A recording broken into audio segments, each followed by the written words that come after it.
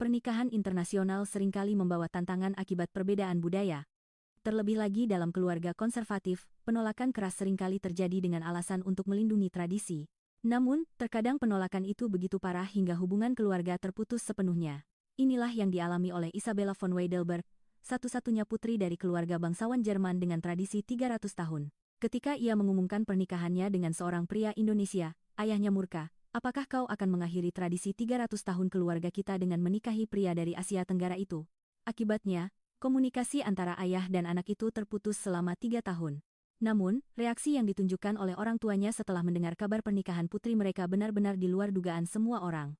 Pasangan bangsawan Jerman yang tadinya begitu memandang rendah Indonesia dan menolak budaya Asia, menunjukkan perubahan sikap yang tak terbayangkan hanya dalam beberapa hari. Yang lebih mengejutkan lagi, seiring berjalannya waktu, justru kedua orang tuanya lah yang lebih dulu memberikan usulan-usulan yang menakjubkan. Apa sebenarnya dari Indonesia yang mampu meluluhkan hati bangsawan Jerman yang begitu teguh pada tradisi 300 tahun itu? Mari kita ikuti bersama perjalanan mengharukan mereka yang melampaui batas negara dan prasangka untuk menjadi sebuah keluarga sejati. Halo, saya Isabella von Weidelberg. Cerita yang akan saya sampaikan mungkin sulit dipercaya. Ini adalah kisah tentang bagaimana seorang putri dari keluarga bangsawan terkemuka Jerman jatuh cinta pada seorang pria Indonesia dan mengubah segalanya. Tapi ini benar-benar terjadi. Saya dibesarkan di dekat Kastil Heidelberg di Munich, negara bagian Bayern, Jerman. Keluarga kami adalah keluarga bangsawan dengan sejarah lebih dari 300 tahun. Turun-temurun, kami membangun kekayaan melalui bisnis perkebunan anggur dan real estate. Ayah saya, Baron Friedrich von Weidelberg, dan ibu saya, Margarete, membesarkan saya untuk menjadi penerus yang membanggakan keluarga. Hingga saya berusia 28 tahun, hidup saya berjalan sesuai dengan skenario yang telah ditentukan. Sejak kecil, saya menerima pendidikan elit yang sempurna, mulai dari musik klasik, menunggang kuda, hingga bahasa Prancis. Saya bahkan meraih gelar dokter dalam bidang manajemen bisnis internasional di Universitas Heidelberg. Semua orang iri dengan kehidupan saya. Namun, di sudut hati saya, selalu ada rasa sesak. Ketika saya membuka mata di pagi hari, jadwal harian saya sudah diatur. Pagi hari rapat manajemen kebun anggur, sore hari pertemuan sosial, dan malam hari makan malam bersama keluarga. Rutinitas yang sama berulang setiap hari. Isabella, kau adalah satu-satunya pewaris keluarga Weidelberg. Jangan lupa untuk selalu menjaga martabatmu. Saya sudah muak mendengar kata-kata ayah saya itu. Pendapat dan perasaan saya tidak penting. Yang penting hanyalah kehormatan dan tradisi keluarga. Masalah pernikahan menjadi stres yang luar biasa. Orang tua saya sudah menyiapkan beberapa kandidat yang mereka anggap pantas. Semuanya berasal dari keluarga bangsawan atau putra konglomerat. Ada Alexander, putra Count Belsen dari Frankfurt, hingga Maximilian dari keluarga pedagang kaya di Hamburg. Isabella, bagaimana kalau minggu depan kau bertemu dengan Alexander? Dia pemuda yang tampan, kata ibu saya. Setiap kali ibu berkata seperti itu, saya merasa seperti kehabisan napas. Seolah-olah saya tidak punya hak untuk mencintai atau dicintai. Saya hanyalah alat untuk pernikahan yang menguntungkan. Perubahan dalam hidup saya datang pada musim semi ketika saya berusia 27 tahun. Seorang teman kuliah saya, Sofia, mengundang saya ke rumahnya. Saat itulah saya pertama kali mengenal musik pop Indonesia. Isabella, lihat ini. Grup musik dari Indonesia namanya Noah. Mereka luar biasa. Video musik yang ditunjukkan Sofia benar-benar mengejutkan. Bagi saya yang sejak kecil hanya mendengarkan Bach atau Mozart, musik yang begitu dinamis adalah dunia yang sama sekali baru, ritme yang menghentak dan tarian yang penuh energi. Dan yang terpenting, cara mereka mengekspresikan emosi dengan bebas sangat mengesankan. Wow, ada musik seperti ini ya, kata-kata itu keluar begitu saja dari mulut saya. Teriakan, nyanyian bersama, dan suasana bebas yang tidak akan pernah diizinkan di konser musik klasik, bagi saya adalah sebuah kebebasan. Malam itu, setelah pulang ke rumah, saya mencari tahu lebih banyak sendirian. Mulai dari Chrisye hingga Tulus. Saya mendengarkan semua yang bisa saya temukan. Saya juga menonton drama Indonesia. Saat menonton sebuah drama romantis, untuk pertama kalinya saya benar-benar menangis. Cinta yang sebebas ini benar-benar ada, pikir saya. Melihat cinta para tokoh dalam drama, hati saya berdebar aneh. Saya pun mulai ingin mencintai seseorang seperti itu. Itu adalah rahasia yang tidak akan pernah bisa saya ceritakan kepada orang tua saya. Diam-diam, saya mengunjungi sebuah restoran Indonesia di pusat kota Munich. Pertama kali saya makan rendang dan sate, rasa bumbunya begitu kaya dan pekat hingga saya berkali-kali minum air. Tapi anehnya, saya ingin memakannya lagi. Mbak, pertama kali coba masakan Indonesia. Ya, pemilik restoran, seorang ibu yang ramah, menyapa saya. Kehangatan seperti itu terasa sangat nyaman. Di rumah, saya selalu harus bersikap formal. Tapi di sini, orang-orang menyapa saya dengan santai. Saya juga diam-diam pergi ke konser musik pop Indonesia yang diadakan di Frankfurt. Saya berbohong kepada orang tua, mengatakan akan pergi berbelanja dengan teman. Pengalaman hari itu benar-benar tak terlupakan. Aku cinta kamu. Aku cinta kamu. Melihat ribuan orang bersorak dan bernyanyi bersama, saya pun berteriak hingga suara saya serak. Seumur hidup, saya belum pernah mengekspresikan emosi sebebas ini. Ketika pulang ke rumah dan bercermin, wajah saya terlihat sangat cerah. Selama setahun, saya diam-diam menikmati budaya Indonesia. Saya juga mulai belajar bahasa Indonesia secara otodidak. Saya menemukan kursus dasar bahasa Indonesia di internet dan menontonnya. Selamat pagi. Terima kasih. Aku cinta kamu. Sambil berlatih pengucapan sendirian di kamar, saya merasakan debaran yang aneh. Mimpi untuk suatu hari bisa pergi ke Indonesia pun lahir. Pada musim dingin di usia 28 tahun, hari yang mengubah hidup saya sepenuhnya tiba. Saya pergi untuk menghadiri sebuah konvensi budaya Indonesia di Berlin, tetapi malam itu saya berada dalam situasi berbahaya. Larut malam di stasiun kereta bawah tanah, sekelompok pria mabuk mendekati saya. Mereka sepertinya mengincar tas tangan dan jam tangan mahal saya. Wah, ini Chanel asli, kan? Berapa harganya? Kelihatannya nona kaya, kata salah satu dari mereka. Saya gemetar ketakutan. Ini adalah pertama kalinya saya mengalami situasi seperti ini. Biasanya, selalu ada sopir yang mengantar dan menjemput saya, tetapi hari itu saya menggunakan transportasi umum sendirian. Tiba-tiba, seseorang muncul. Seorang pria Asia Timur yang tinggi dan berpakaian rapi. Dengan bahasa Jerman yang sempurna, dia menenangkan situasi. Apa yang kalian lakukan di sini? Pergi sekarang juga atau saya panggil polisi. Dengan suara yang tenang namun tegas, para pria mabuk itu pun pergi. Pria itu adalah Budi Santoso. Anda tidak apa-apa? Lain kali jangan berjalan sendirian selarut ini. Sangat berbahaya, katanya. Saat melihat tatapan tulusnya yang penuh kekhawatiran, hati saya berdebar aneh. Ini pertama kalinya saya melihat orang Asia dari dekat, dan dia jauh lebih tampan dari yang saya bayangkan. Tingginya sekitar 180 cm dan pakaiannya sangat rapi. Kami berbicara di sebuah kafe 24 jam terdekat sambil saya mengucapkan terima kasih. Budi ternyata adalah seorang manajer pemasaran yang bekerja di cabang Jerman sebuah perusahaan multinasional dari Indonesia. Usianya 30 tahun dan sudah sekitar 2 tahun berada di Jerman. Apakah Anda suka musik pop Indonesia? Tanya saya lebih dulu. Budi tampak sangat terkejut. Hah? Orang Jerman tahu tentang musik pop Indonesia? Sungguh aneh. Saat itu, saya berbohong. Saya mengatakan bahwa saya hanyalah seorang mahasiswi pasca sarjana biasa yang menyukai budaya Indonesia. Saya tidak mungkin mengatakan bahwa saya berasal dari keluarga bangsawan. Saya juga sangat suka Noah.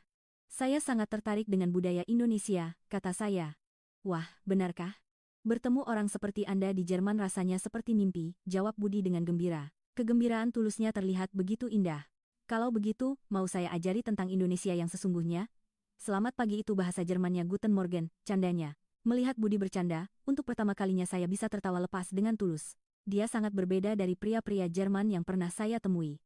Dia tidak memandang status saya atau berusaha menyembunyikan sesuatu. Benarkah Anda mau mengajari saya? Saya ingin sekali belajar bahasa Indonesia, tentu saja. Sebagai gantinya, saya juga ingin belajar lebih banyak bahasa Jerman. Kita bisa saling membantu kan? Kami pun secara alami bertukar nomor kontak. Saat nama Budi Santoso tersimpan di ponsel saya, entah kenapa hati saya berdebar. Malam itu, bahkan setelah pulang ke rumah, saya terus memikirkan Budi. Perasaan ini baru pertama kali saya rasakan, berdebar-debar, bersemangat, dan ingin bertemu lagi. Mungkinkah ini awal dari cinta? Setelah bertukar kontak dengan Budi, kami mulai berkirim pesan setiap hari. Awalnya dengan alasan belajar bahasa Indonesia, tetapi lama-kelamaan kami mulai berbagi tentang kehidupan sehari-hari kami. Hari ini di kantor, rekan kerja saya yang orang Jerman bilang bau durian tidak enak. Saya jadi sedikit sedih, tulis Budi dalam pesannya. Membaca pesan itu, hati saya ikut sakit. Saya menjadi semakin berhati-hati, berpikir apa yang akan dia pikirkan jika tahu saya orang Jerman. Tidak semua orang Jerman seperti itu, kok. Saya suka sekali durian, itu bukan kebohongan, saya benar-benar mulai menyukai durian. Namun, menyembunyikan identitas asli saya menjadi beban. Kencan resmi pertama kami adalah di sebuah restoran Indonesia kecil di pusat kota Munich. Restoran itu pilihan Budi, dan makanannya benar-benar lezat. Isabella, cara Anda menggunakan sumpit sudah sangat mahir, ya? Dulu padahal masih kaku, puji Budi, dan hati saya terasa hangat. Sebenarnya, saya diam-diam berlatih di rumah. Saya bahkan mencari cara menggunakan sumpit di YouTube. Pemilik restoran mengatakan sesuatu kepada Budi dalam bahasa Indonesia, dan wajah Budi memerah. Apa yang beliau katakan? Tanya saya. Ah, tidak. Katanya pacar saya cantik. Mendengar kata-kata itu, jantung saya berdebar sangat kencang. Pacar, padahal kami belum resmi berpacaran. Aneh sekali rasanya. Sejak hari itu, kami bertemu 3 kali seminggu. Budi selalu mengira saya adalah seorang mahasiswi pascasarjana yang tahu banyak tentang budaya Jerman, jadi dia sering bertanya banyak hal tentang Jerman. Orang Jerman itu benar-benar tepat waktu, ya? Ya, benar. Di Jerman, terlambat datang ke janji temu dianggap sangat tidak sopan. Pertanyaan seperti ini tidak sulit bagi saya. Itu adalah budaya tempat saya lahir dan besar. Namun, saat harus berbicara tentang diri saya pribadi, saya selalu harus berhati-hati. Keluarga Anda seperti apa? Apa pekerjaan orang tua Anda? Ah, mereka karyawan biasa. Tidak ada yang istimewa. Setiap kali menjawab seperti itu, hati saya terasa berat. Saya sangat benci berbohong. Seiring bergantinya musim, hubungan kami semakin dalam. Budi adalah orang yang sangat hangat. Saat saya sakit flu, dia membuatkan bubur ayam khas Indonesia dan mengantarkannya. Setiap kali saya stres, dia merekomendasikan drama Indonesia dan kami menontonnya bersama. Isabella, hari ini kamu kelihatan lesu. Ada apa? Tanya Budi suatu hari ketika saya murung setelah berbicara di telepon dengan orang tua saya. Mereka kembali membicarakan soal pernikahan. Bukan apa-apa, hanya sedikit lelah. Kalau begitu, hari ini istirahat saja di rumah, biar aku belikan makanan enak. Sambil menikmati jajanan pasar dan teh melati yang dibawakan Budi, kami menonton drama Indonesia bersama. Saat itu, saya merasa sangat bahagia. Kencan yang begitu alami adalah pengalaman yang sama sekali baru bagi saya. Namun, kebahagiaan itu hanya sesaat. Suatu hari, Budi tiba-tiba berkata dengan wajah serius, "Isabella, sepertinya aku harus kembali ke Indonesia." Mendengar kata-kata itu, pikiran saya menjadi kosong. Begitu tiba-tiba hingga saya tidak bisa memahaminya. Kenapa? Ada apa tiba-tiba? Ada perintah dari kantor pusat. Proyek di Jerman selesai lebih cepat dari yang dijadwalkan, jadi aku harus kembali ke Indonesia paling lambat bulan depan. Saat itu, saya merasa dunia runtuh. Baru setengah tahun saya merasakan perasaan seperti ini, dan sekarang kami harus berpisah. Lalu, bagaimana dengan kita? Aku tidak tahu. Aku benar-benar tidak tahu. Bertemu denganmu adalah hal paling membahagiakan dalam hidupku di Jerman, kata Budi dengan mata berkaca-kaca. Melihatnya seperti itu, hati saya semakin sakit. Kita bisa pacaran jarak jauh. Sekarang kan ada panggilan video dan pesan. Tapi kamu harus tinggal di Jerman. Dan aku harus tinggal di Indonesia. Apa tidak apa-apa? Tidak masalah. Kalau kita saling mencintai, jarak bukan masalah. Sambil mengatakan itu, di dalam hati saya memikirkan hal lain. Mungkinkah aku bisa pergi ke Indonesia? Namun, saya tidak bisa mengatakannya. Pada hari keberangkatan Budi, saya mengantarnya ke bandara. Sampai saat itu, saya masih berpura-pura menjadi mahasiswi pascasarjana Jerman biasa. Pasti hubungi aku, ya. Dan kapanpun, datanglah ke Indonesia. Aku ingin sekali menunjukkan Indonesia yang sesungguhnya padamu. Iya, aku pasti akan datang. Saat berpelukan untuk perpisahan, kami berdua menangis. Saya tidak pernah berpikir perpisahan akan sesakit ini. Setelah kembali ke Indonesia, kami tetap berkomunikasi setiap hari. Meskipun sedikit tidak nyaman karena perbedaan waktu, kami tidak pernah melewatkan satu hari pun untuk bertukar pesan. Isabella, kamu tidak ingin sekali datang ke Indonesia? Jauh lebih indah dari yang kamu lihat di drama. Benarkah? Apa yang begitu bagus? Makanannya enak, orang-orangnya ramah, dan terutama pemandangan malam kota Jakarta itu sangat indah. Aku ingin melihatnya bersamamu. Setiap kali menerima pesan seperti itu, rasa penasaran saya terhadap Indonesia semakin besar. Saya benar-benar ingin pergi ke sana. Namun, masalahnya adalah orang tua saya. Jika saya bilang ingin bepergian ke luar negeri, mereka pasti akan menanyakan kemana dan dengan siapa. Jika saya bilang akan pergi ke Indonesia sendirian, mereka pasti tidak akan mengizinkan, maka, saya berbohong kecil. Saya bilang akan pergi backpacking ke Asia bersama teman-teman kuliah. Saya bilang akan keliling Indonesia, Thailand, dan Vietnam. Isabella, apa Asia tidak berbahaya? Kau tidak pergi sendirian, kan? Tanya ibu. Aku kan sudah bilang pergi dengan teman, Bu. Lagi pula, Asia sekarang sangat aman. Butuh waktu seminggu untuk meyakinkan ibu saya. Ayah lebih keras lagi. Untuk apa pergi sejauh itu? Di Eropa juga banyak tempat bagus. Ayah, bukankah bagus jika di usia muda bisa merasakan berbagai budaya? Ini juga akan membantu jurusan saya. Alasan bahwa saya sedang belajar manajemen bisnis internasional sangat membantu. Akhirnya, dengan izin keduanya, saya memesan tiket pesawat ke Indonesia. Ketika saya memberitahu Budi bahwa saya akan datang, dia sangat senang. Benarkah? Kapan datang? Aku akan jemput di bandara. Hari Jumat, 2 minggu lagi. Tapi jangan terlalu merepotkan diri, ya. Apa maksudmu? Tentu saja aku harus menemanimu selagi kamu di Indonesia. Maka, untuk pertama kalinya dalam hidup, saya menginjakkan kaki di tanah Indonesia. Sejak mendarat di Bandara Soekarno-Hatta, semuanya terasa baru. Jauh lebih modern dan bersih dari yang saya bayangkan. Budi sudah menunggu di bandara, dan melihat wajahnya setelah beberapa bulan terasa sangat menyenangkan. Namun, di saat yang sama, saya juga gugup. Apakah saya bisa beradaptasi dengan baik di Indonesia? Isabella, kamu benar-benar datang. Rasanya seperti mimpi, kata Budi sambil tersenyum cerah dan memeluk saya. Semua kekhawatiran saya lenyap seketika. Saya yakin, selama bersama pria ini, semuanya akan baik-baik saja. Bagaimana Indonesia? Fasilitas bandaranya luar biasa, kan? Aku benar-benar terkejut. Sepertinya lebih modern dari Jerman. Sejak hari itu, selama 2 minggu, Budi menunjukkan segala sisi Indonesia. Kemegahan kota tua Jakarta, hiruk-pikuk di sekitar Bundaran HI, suasana mewah di Plaza Indonesia, hingga pemandangan malam kota yang indah. Semuanya begitu mengesankan, terutama kehangatan orang Indonesia. Ketika saya tersesat, mereka dengan ramah menunjukkan jalan, dan di restoran pun pelayanannya sangat baik. Sangat berbeda dengan suasana kaku yang saya rasakan di Jerman. Indonesia benar-benar negara yang baik, ya. Aku tidak menyangka orang-orangnya sehangat ini. Aku senang sekali, kamu menyukainya. Prasangkamu tentang Indonesia sudah banyak berkurang, kan? Saat itu saya baru sadar. Tanpa saya sadari, saya punya prasangka terhadap Indonesia, dan betapa salahnya prasangka itu. 2 minggu berlalu begitu cepat. Saat hari kepulangan semakin dekat, saya dan Budi merasa sedih. Isabella, lain kali datanglah lebih lama. Masih banyak tempat yang ingin aku tunjukkan. Iya, aku pasti akan kembali. Aku sangat menikmatinya. Namun, di dalam hati, saya memikirkan hal lain. Bagaimana jika bukan hanya datang berkunjung, tapi mencoba tinggal di Indonesia? Pikiran yang nekat, setelah kembali ke Jerman, kenangan di Indonesia terus berputar di kepala saya. Perlahan, keyakinan itu tumbuh. Saya ingin tinggal di Indonesia. Saya ingin hidup bersama Budi. Setelah membulatkan tekad untuk tinggal di Indonesia, saya menelepon orang tua saya. Namun, reaksi mereka jauh lebih keras dari yang saya duga. Isabella, kau bilang hanya 6 bulan. Sudah lebih dari setahun, kapan kau akan pulang? Suara ibu saya terdengar cemas dan marah. Saya memberanikan diri untuk mengatakan yang sebenarnya. Bu, aku ingin tinggal lebih lama di Indonesia. Pekerjaanku di sini berjalan lancar, dan aku sangat bahagia. Apa katamu? Isabella, apa kau sudah gila? Kau adalah pewaris keluarga Weidelberg. Ayah mengambil alih telepon, suaranya bergetar karena marah. Sudah lama sekali saya tidak melihat ayah semarah ini. Ayah, aku juga ingin menjalani hidupku sendiri. Di sini, aku merasa benar-benar dibutuhkan. Jangan bicara omong kosong. Segera kembali ke Jerman. Apa yang akan kau lakukan di sana? Saat itulah saya menjatuhkan bom yang lebih besar. Saya memberitahu mereka bahwa saya berpacaran dengan Budi. Dan lagi, aku punya kekasih.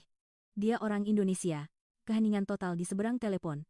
Beberapa detik kemudian, ledakan amarah ayah saya terdengar. Orang Indonesia, apa kau sudah benar-benar gila?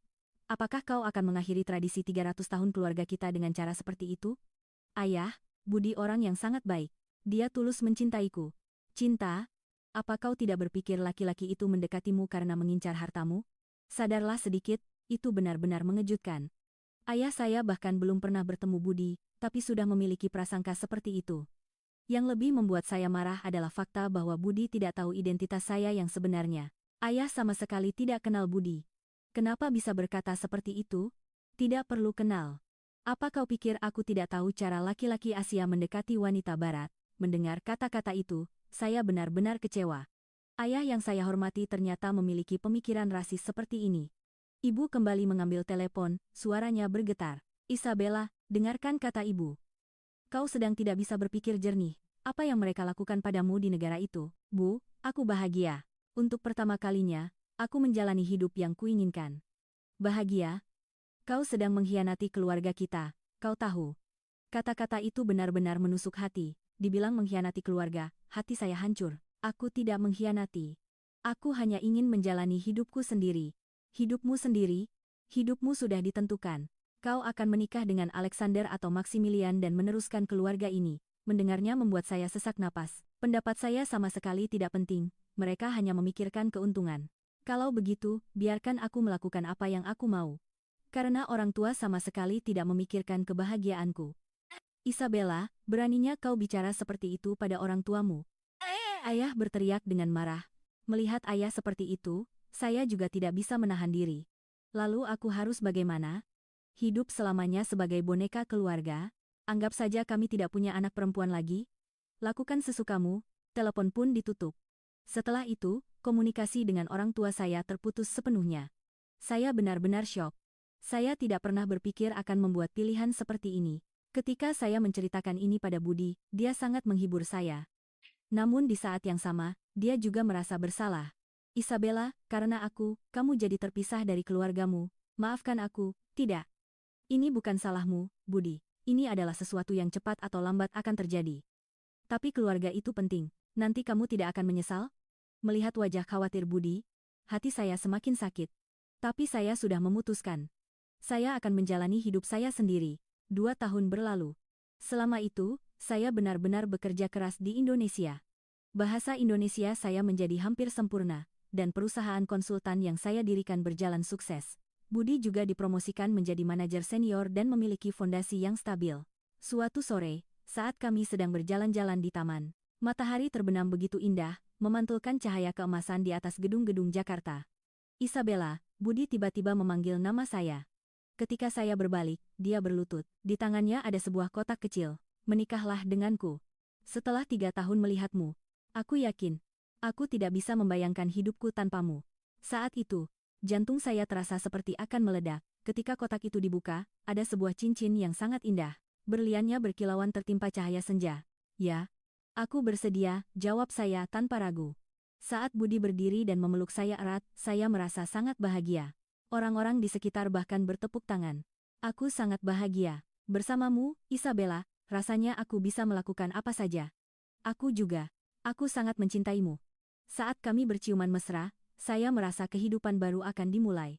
Namun, di saat yang sama, saya juga khawatir. Bagaimana cara memberitahu kabar ini kepada orang tua saya? Beberapa hari kemudian, saya memberanikan diri untuk memberitahu kabar pernikahan saya kepada orang tua. Menelepon setelah 2 tahun, saya benar-benar gemetar. Bu, ini aku. Isabella. Isabella, di mana kau sekarang? Suara ibu terdengar penuh kerinduan dan amarah. Saya membayangkan betapa rindunya dia selama 2 tahun ini. Aku di Indonesia, dan aku akan menikah. Hening sejenak. Kemudian, saya mendengar, ibu terisak, menikah dengan pria Indonesia itu, ya. Aku akan menikah dengan Budi. Ayah mengambil alih telepon. Benar-benar marah. Apa kau sudah gila? Setelah 2 tahun menipu kami dan tinggal di sana, sekarang kau mau menikah di negara itu? Ayah, aku benar-benar bahagia. Budi adalah orang yang sangat baik. Orang baik? Apa kau akan mengakhiri tradisi 300 tahun keluarga kita dengan menikahi orang Asia Tenggara itu? Mendengar kata-kata itu, saya benar-benar marah. Masih saja dia berkata seperti itu tentang Budi. Ayah bahkan belum pernah bertemu Budi, kenapa bisa berkata begitu? Tidak perlu bertemu. Kalau kau tetap menikah dengan laki-laki itu, anggap saja kami tidak punya anak perempuan lagi. Baik. Kalau begitu, aku juga akan menganggap tidak punya orang tua. Saya menjawab dengan sangat emosional. Telepon pun kembali ditutup. Setelah telepon ditutup, saya menangis beberapa saat. Meskipun sudah saya duga, putus hubungan sepenuhnya dengan orang tua adalah hal yang sangat menyedihkan. Budi datang dan menghibur saya. Tidak apa-apa, Isabella, seiring waktu, orang tuamu pasti akan mengerti. Benarkah begitu? Ayah sangat marah. Jika kita menunjukkan bahwa kita benar-benar saling mencintai, suatu hari nanti hati mereka pasti akan terbuka. Kata-kata Budi menghibur. Tapi hati saya tetap berat. Namun, ini adalah jalan yang sudah saya pilih. Saya memutuskan untuk tidak menyesal. Sambil mempersiapkan pernikahan, banyak hal yang terjadi. Pertama, saya harus memberitahu identitas saya yang sebenarnya kepada Budi. Selama 3 tahun saya berbohong sebagai mahasiswi pasca sarjana biasa, tapi sekarang saatnya untuk mengatakan yang sebenarnya. Suatu malam, saya dengan hati-hati memulai pembicaraan. Budi, sebenarnya ada sesuatu yang aku sembunyikan. Ada apa? Wajahmu serius sekali.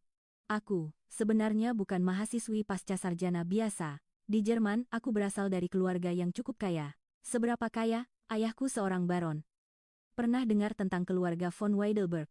Budi tampak sangat terkejut. Dia terdiam sejenak, lalu bertanya, jadi, kau benar-benar seorang bangsawan? Iya, karena itu orang tuaku menentang lebih keras. Mereka ingin aku menikah dengan sesama bangsawan.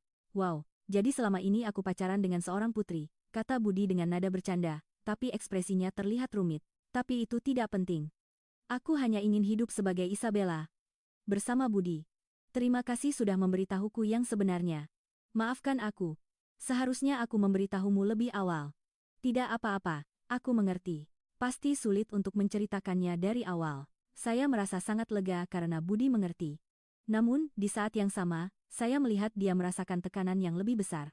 Sementara itu, di Jerman, terjadi sesuatu yang tidak terduga. Ibu saya, Margarete, diam-diam melihat media sosial saya dan memantau kehidupan saya di Indonesia. Awalnya dia merasa marah, tetapi perlahan melihat betapa bahagianya saya, hatinya mulai goyah. Dia juga mulai mencari tahu tentang Indonesia. Saat mengetahui tentang perusahaan-perusahaan kelas dunia seperti Garuda Indonesia atau GoTo, dan artis-artis pop seperti Noah, dia menyadari bahwa Indonesia adalah negara yang jauh lebih maju dari yang dia kira. Terutama, dia sangat terpesona dengan musik keroncong yang tidak sengaja dia dengar di YouTube. Lagu-lagu seperti Bengawan Solo karya Gesang atau Jembatan Merah membuatnya terharu dengan emosi musik Indonesia. Sayang, apa kita benar-benar tidak akan pergi ke pernikahan anak kita? Kata ibu kepada ayah dengan hati-hati. Ayah sebenarnya juga merindukan saya, tetapi karena gengsi, dia tidak menunjukkannya. Baiklah, kita akan pergi diam-diam untuk melihat saja. Jangan sampai ketahuan. Maka, orang tua saya mulai merencanakan perjalanan ke Indonesia secara rahasia. Tentu saja, saya sama sekali tidak tahu. Saat hari pernikahan semakin dekat, saya sangat bersemangat, tetapi juga merasa sedih. Pernikahan tanpa kehadiran orang tua, meskipun sudah saya siapkan mental, tetap saja menyedihkan. Isabella, kamu tidak apa-apa. Hari ini kelihatannya murung, tanya Budi dengan khawatir. Iya, tidak apa-apa. Hanya teringat orang tua. Maaf ya, aku akan berusaha lebih keras. Suatu hari nanti, orang tuamu pasti akan mengakui kita. Kata-kata hangat Budi menjadi penghiburan besar bagi saya. Meskipun begitu, saya tidak menyesali pilihan saya. Pagi di hari pernikahan, saya bangun lebih awal dengan perasaan campur aduk. Bahagia, namun di satu sisi sedih. Di hari terpenting dalam hidup, orang tua saya tidak ada di samping saya. Saat dirias, melihat diri saya di cermin, air mata saya hampir jatuh. Gaun pengantin yang saya kenakan sangat indah, tetapi terasa ada yang kurang. Mbak Isabella, cantik sekali. Nanti suaminya bisa pingsan lihat Mbak, kata penata rias mencoba mencairkan suasana, tapi dada saya terasa sesak. Dalam perjalanan menuju gedung pernikahan di Jakarta, saya menelepon Budi. Isabella, sudah siap? Aku gugup sekali sekarang.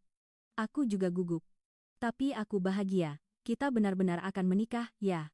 Rasanya seperti mimpi. Suara Budi terdengar penuh semangat dan itu membuat saya ikut merasa lebih baik. Sesampainya di gedung pernikahan, tempat itu dihias dengan sangat indah. Lorong menuju altar yang dihiasi mawar putih dan merah muda sangat cantik. Namun, saat duduk sendirian di ruang rias, rasa sepi kembali menyelimuti. Tiba-tiba, di luar gedung pernikahan terdengar keributan. Saya penasaran dan melihat keluar jendela. Budi sedang berbicara dengan seseorang. Pasangan parubaya yang tinggi dan berwibawa, entah kenapa terasa tidak asing. Saya berpikir tidak mungkin, lalu saya melihat lebih dekat dan benar-benar terkejut. Itu orang tua saya. Bagaimana mereka bisa sampai ke Indonesia? Saya benar-benar tidak percaya. Melihat Budi menyapa orang tua saya dengan bahasa Jerman yang fasih, hati saya terasa hangat. Mungkinkah Anda Tuan dan Nyonya Baron? Suatu kehormatan bisa bertemu dengan Anda. Sikap sopan Budi membuat ibu saya tampak bingung. Mungkin beliau terkejut dengan kepribadian Budi. Ayah, ibu, terima kasih banyak sudah datang. Isabella sangat merindukan kalian. Dia begitu sedih karena mengira kalian tidak akan datang. Mendengar kata-kata itu, saya melihat ibu menangis. Memikirkan betapa rindunya dia pada saya, hati saya ikut sakit. Kami yang terlalu keras kepala. Maafkan kami, terdengar suara ibu yang bergetar. Wajah ayah juga terlihat jauh lebih lembut. Tidak apa-apa, Bu. Saya bisa mengerti. Jika saya di posisi orang tua, saya juga akan khawatir. Tapi saya benar-benar mencintai Isabella dan bersumpah akan membahagiakannya seumur hidup. Kata-kata tulus Budi sepertinya meluluhkan hati orang tua saya. Saya bergegas keluar dari ruang rias dan berlari ke arah mereka. Ibu, ayah, kalian benar-benar datang. Saat memeluk mereka, rasanya seperti mimpi. Saya sangat merindukan mereka setelah 2 tahun. Isabella, maafkan kami. Ibu benar-benar salah, kata ibu sambil memeluk saya erat dan menangis. Ayah juga terlihat menahan air mata. Tidak apa-apa. Kalian datang saja, aku sudah sangat berterima kasih. Sepertinya kami terlalu tidak tahu tentang Indonesia dan penuh prasangka. Dari bandara sampai ke sini, kami benar-benar terkejut, kata ayah mengakui kesalahannya, dan itu membuat saya sangat terharu. Kami segera menyiapkan pakaian untuk orang tua saya agar mereka bisa menghadiri pernikahan. Melihat mereka duduk di kursi keluarga, rasanya pernikahan ini menjadi sempurna. Prosesi pernikahan dimulai, dan saat berjalan di lorong didampingi ayah, saya merasa sangat bahagia. Budi yang melihat saya dalam gaun pengantin menangis, terlihat sangat manis. Aku mencintaimu. Aku juga mencintaimu. Saat kami saling bertukar cincin dan berciuman, para tamu bertepuk tangan. Saat itu, saya merasa menjadi orang paling bahagia di dunia. Di resepsi pernikahan, kejutan yang lebih besar menanti. Ayah Budi muncul, dan beliau adalah sosok yang sama sekali tidak terduga. Selamat siang, saya Kenji Santoso, ayah dari Budi. Penampilannya yang rapi dan berwibawa membuat orang tua saya terkejut. Anak saya sepertinya sudah sangat dewasa setelah tinggal di luar negeri. Saya sengaja membiarkannya mencari pengalaman di bidang lain di luar medis untuk melatih kemandiriannya, dan ternyata dia menemukan calon istri yang luar biasa. Saat itu, melihat para tamu menyapa ayah Budi dengan sebutan Pak Direktur, orang tua saya semakin terkejut. Sebagian besar tamu adalah dokter atau orang-orang dari dunia medis.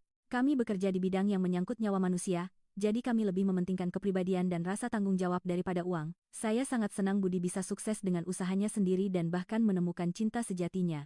Barulah saat itu saya tahu bahwa Budi bukan hanya sukses dengan usahanya sendiri, tetapi dia mengikuti prinsip pendidikan orang tuanya untuk mandiri dan berhasil di bidang lain, dan bahwa keluarga Budi ternyata jauh lebih kaya dari keluarga kami, dan yang terpenting, mereka adalah keluarga yang melakukan pekerjaan mulia menyelamatkan nyawa. Ayah saya tampak sangat syok. Dia sepertinya menyadari betapa salah prasangka yang selama ini dipegangnya. Saya benar-benar minta maaf. Saya terlalu bodoh, katanya. Tidak apa-apa. Kekhawatiran Anda wajar. Mulai sekarang kita sudah menjadi satu keluarga. Mari kita sering bertemu. Kerendahan hati Bapak Kenji Santoso membuat ayah saya benar-benar terkesan. Setelah resepsi selesai, kami bisa menghabiskan waktu bersama. Setelah 2 tahun, ada begitu banyak hal yang ingin kami bicarakan. Isabella, ayah tidak tahu kau hidup begitu bahagia di Indonesia. Ayah benar-benar minta maaf. Sudahlah, Bu. Kalian datang saja, aku sudah sangat bersyukur. Pemuda bernama Budi itu juga sangat luar biasa. Betapa kami terkurung dalam prasangka. Saya sangat senang orang tua saya mengakui Budi. Selama seminggu berikutnya, kami berkeliling Indonesia bersama orang tua saya. Kami memakai batik dan berfoto di kota tua, berbelanja di Plaza Indonesia. Mereka juga mencoba sate dan bir di pinggir jalan, serta merasakan pengalaman spa tradisional. Ada budaya seperti ini, ya? Sungguh menakjubkan. Tidak ada di Jerman, kata ayah dengan takjub saat mencoba pijat refleksi. Ibu saya jatuh cinta pada teh melati tradisional Indonesia. Saat minum teh di sebuah kafe, dia terlihat sangat bahagia. Orang-orang di negara ini benar-benar hangat, ya. Semua orang yang ditemui di jalan sangat ramah. Melihat orang tua saya begitu terpikat oleh Indonesia dan orang-orangnya, saya merasa sangat bangga. Sebenarnya, kami merencanakan bulan madu ke Jerman. Tujuannya adalah untuk memberi salam secara resmi kepada orang tua dan berdamai. Karena mereka sudah datang ke Indonesia, saya pikir akan lebih baik jika kami pergi ke Jerman bersama. Ibu, ayah, kami sebenarnya berencana bulan madu ke Jerman. Bagaimana kalau kita pergi bersama? Aku ingin menunjukkan Jerman yang sesungguhnya pada Budi. Benarkah? Kalau begitu kami bisa menjadi pemandu langsung, kata ibu dengan gembira. Ayah juga ingin menunjukkan tempat-tempat indah di Jerman kepada Budi. Seminggu kemudian, kami berangkat ke Jerman bersama. Kali ini, orang tua saya yang menjadi pemandu dan menunjukkan tempat-tempat indah di Jerman. Pemandangan pegunungan Alpen dari Kastil Neuschwanstein benar-benar spektakuler. Melihat Budi begitu takjub dengan keindahan Jerman, orang tua saya juga tampak bangga.